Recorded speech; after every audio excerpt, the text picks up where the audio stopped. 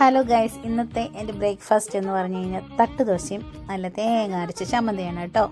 അപ്പോൾ ഞാൻ ഇവിടെ 3 തട്ടുദോശ എടുത്തിട്ടുണ്ട്. അതിന് ആവശ്യമായിട്ടുള്ള തേങ്ങ ചമ്മന്തി എടുത്തിട്ടുണ്ട്. പിന്നെ നമ്മുടെ ഹോർലിക്സ് ഇട്ട് നല്ല ചൂട് ചായയും.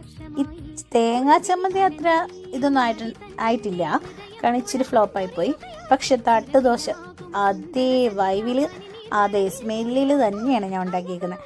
അപ്പം ഇത് സ്പെഷ്യൽ ഇൻഗ്രീഡിയൻസ് ചേർത്തിട്ടാണ് നമ്മുടെ തട്ടുദോശ ഉണ്ടാക്കിയിരിക്കുന്നത്. ഫസ്റ്റ് വണ് സ്നേഹമാണ്, രണ്ടാമത് വേറെ 1-2 ഇൻഗ്രീഡിയൻസും കൂടി ചേർത്തിട്ടുണ്ട്. അപ്പം ആർക്കെങ്കിലും റെസിപ്പി വേണമെന്നുണ്ടെങ്കിൽ കമൻ്റ് അടിക്കുക, ഞാൻ റെസിപ്പി ഇടുന്നതായിരിക്കും കേട്ടോ. പിന്നെ ഈ തട്ടുദോശ എന്ന് പറയുമ്പോഴേ ഒരു നൊസ്റ്റാൾജിക്ക് ഫീലിങ്ങാണ്.